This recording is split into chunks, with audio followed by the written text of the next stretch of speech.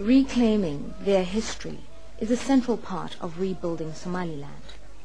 For the people of this Hargeisa community, it entails preserving evidence of past atrocities against northern Somalis. Let's follow a group of volunteers who were born here, and when we saw the mass graves in our eyes, we couldn't take it anymore. And we knew that the rains are coming pretty soon. You know, the rains started usually in April, so it's March. We're already in April, so we said we got to do something about it. And that's how we started. We said we have to fight and do this before the rain season comes.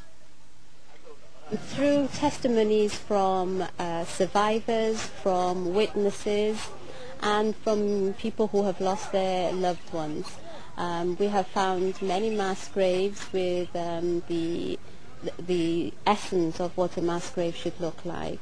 A forensic team has been out here in 1997 and has uncovered 2 sites which they randomly looked at, and they have stated that these are remains of mass graves.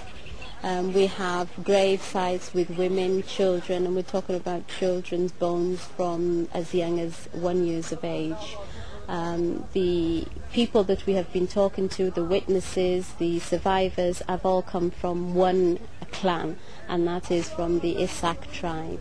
We have evidence that people were taken from hospitals, were taken from their homes, were taken out of their beds and taken to one section called the 26th section. They talk about being tortured there, being beaten, violently beaten, and then tied up, and seen their colleagues and people who were arrested with them being shot. Now, if you go through that kind of testimonies, then that leads us to believe that yes, that this could have been genocide on a nation. And the names that are coming up constantly by all the survivors and the testimonies we are coming up with are from the elite of the South.